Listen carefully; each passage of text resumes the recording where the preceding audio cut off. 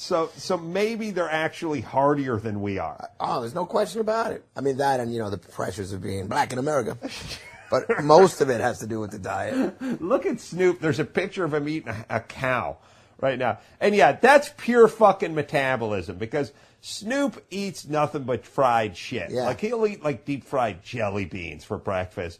And Jimmy He's got a private chef that makes special fried chicken for him too. That travels with him everywhere. Oh, really? So you've been there like Russia. So yeah, Africa. you worked on his show. Yeah. Yeah, I mean he Uncle eats Rio. shit. Yeah. And his specialty is making this special fried chicken that Snoop loves. And he was in Russia and he wanted fried chicken, so he had Uncle Rio make up fried chicken in Russia. You know what I can't stand? I love Snoop, and I hope he's not one of these guys.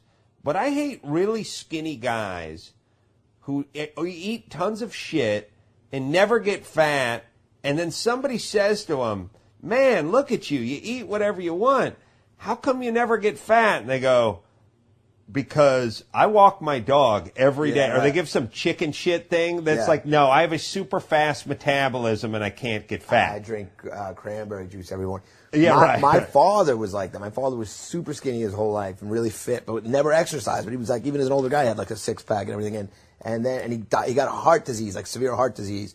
And he was furious that he's like, oh, with all these fat people out there that don't, and I have to be the one. Like, Dad, you eat whatever the fuck you want. You've been lucky all this time leading up to it. Like now, unfortunately, it fucked up your heart, but that'll teach you. But Greg, your dad is from where? From Colombia. Colombia, that's right. Those are some badass people. Some of them, yeah. It's a very then there's also like a real aristocracy type of scene down there. People always think of like they Latino is like one giant group of people, but it's not Latinos are just white, black like everybody else. There's a whole racial and segregation and everything else. Did you get back to Colombia? Does your dad? Not since Plan America kicked in. It's a lot harder. But my father died, but we used to go when I was a kid. My father worked for the airline, so we used to go back there a lot. It was great back then, but then like when all the kidnapping shit started and everything, he kind of got not that into it. How's Colombia doing now? It's pretty good, apparently. My aunt lived there. We grew up with her. She lived in my house in Queens together. She went back, and she's there. She seems happy enough. I think it's fine. You speak fluent Spanish? Yeah. What's the difference between the Colombian Spanish and the Mexican Spanish? There's not really any difference except just like intonate. Like the Mexican is very like it's like sing songy. Like no, but you're talking. Look at way. And now the way like they say way every 2 seconds. No way, but you say way, no way, anyway, cabrón, way.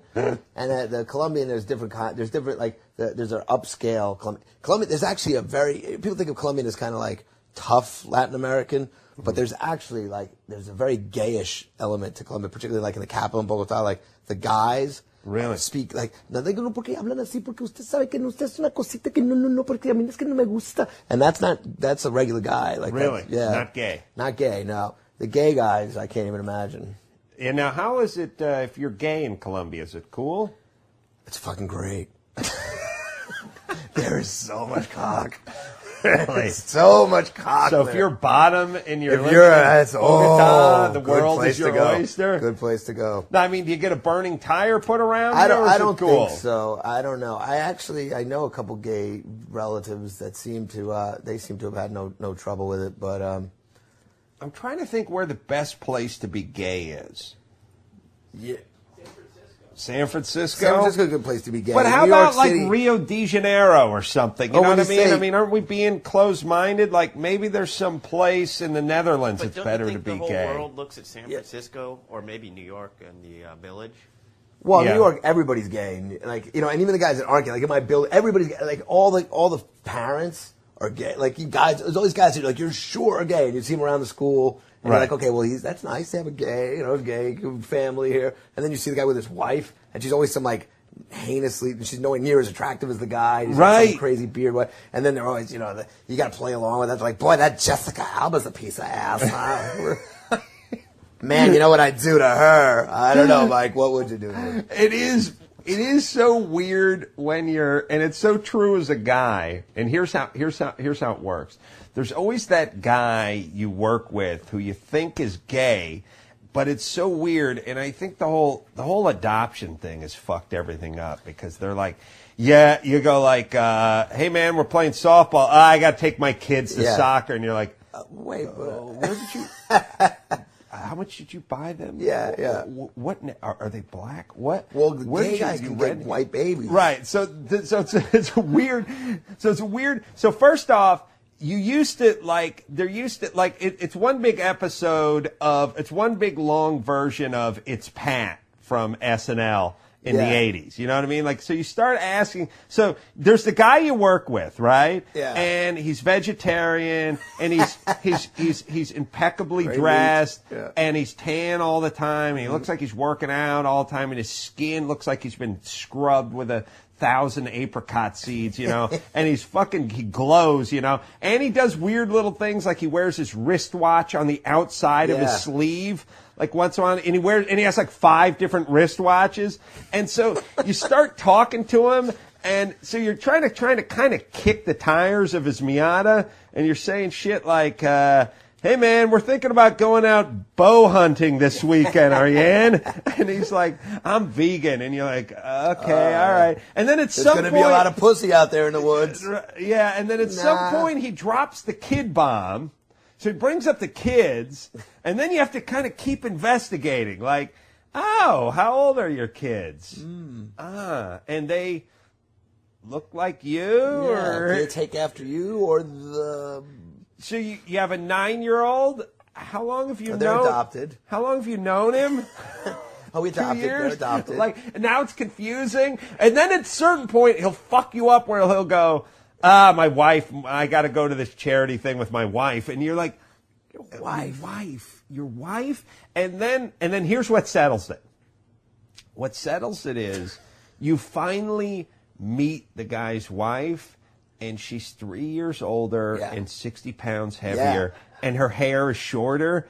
And now you're doing this fucked up straight guy pig math, where like now you're the worst person in the world because you're going, he's not fucking her. That's so common. This guy's a fuck. Hold on. You're starting to break it down. This guy looks like Hugh Jackman. He's got a fucking law degree. He makes 7 figures a year. And so you start kicking around. And then once in a while they'll do one of these things where you go, well, we met in college. And you'll go, okay. Right. Okay. I guess I could see it's that. Always that. It's always when they were 30 pounds too young. ago.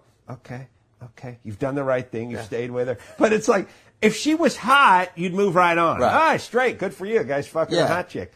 But when she's ugly, and she always is, now you're really confused. Yeah, well, no, but the problem is that these guys, it shows you just, like, it's when you live in New York or L.A., it's hard to imagine that homophobia is that, because, like, who would give a shit? If you were gay, why not? It would be great to be gay. But, like, to think that you would be so closeted, that you're so blatantly gay, but you'd still marry some pig just because you feel like that's what life has to be. Well, you know the part that I realize, and they call it, being bigoted or homophobic or whatever it is, or, not open-minded or whatever they want to call it, it's really the confusion.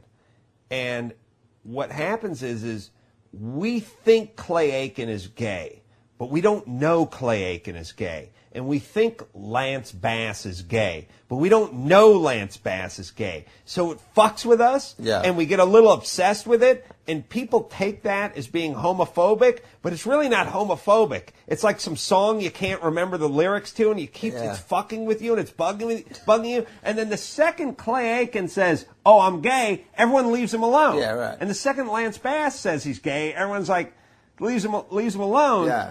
And I liked it in the old days when they were just bachelors, like Paul Lynde. Guys like that. Paul Lynde, and no one ever said he was gay. It's like, he's a bachelor. I'm just a bachelor. It's great when you see those newsreels, because first off, it's like, he's 63, he's wearing a kerchief, he never had time to settle down. No, it's never time. Not in show business.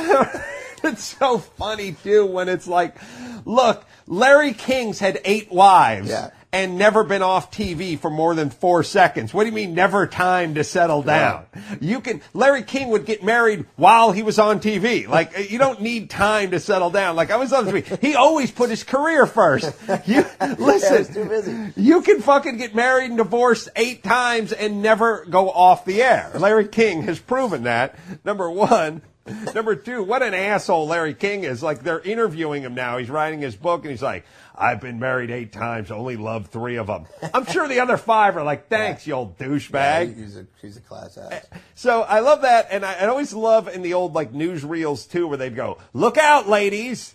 He's on the prowl. Like, yeah, really? Yeah, confirmed, committed bachelor. How little do I also like the guys that have like traditionally gay jobs that aren't like the straight flight attendant guy. Right. That then has to be like, hey, how you doing?